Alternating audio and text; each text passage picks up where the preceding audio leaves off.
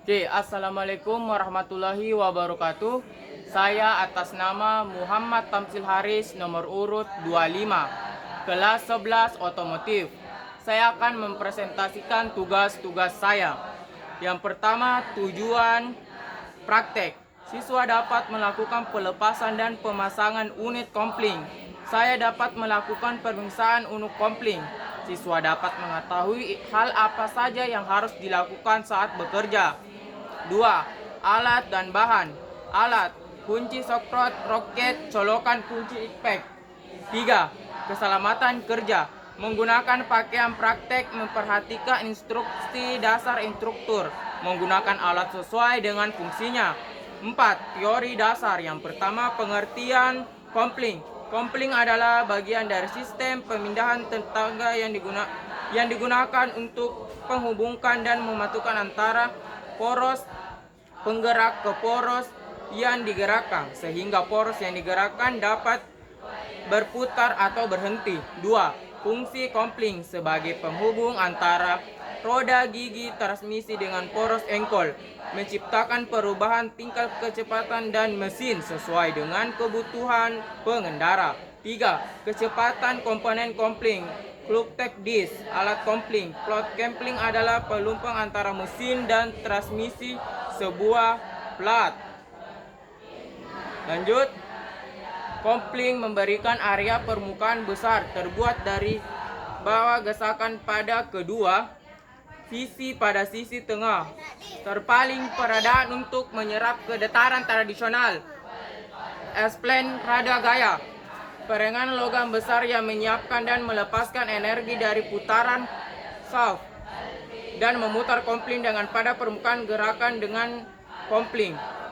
Pilot bearing kontrak pilot, sebuah bantalan plot berfungsi untuk mendukung poros input sisi dari mesin.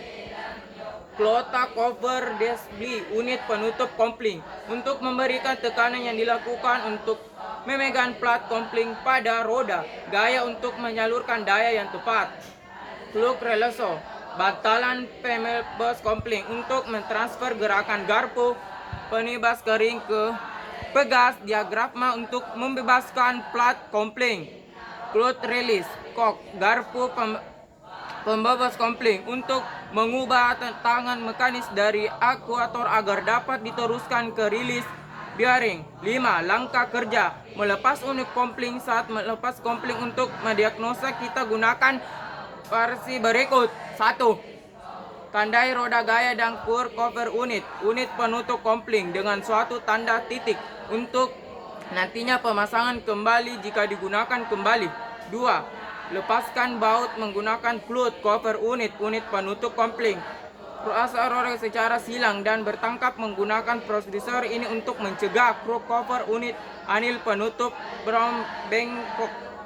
3. Gerakan putar penerik untuk melepas bantalan plot dari ukuran klap atau poros engkol.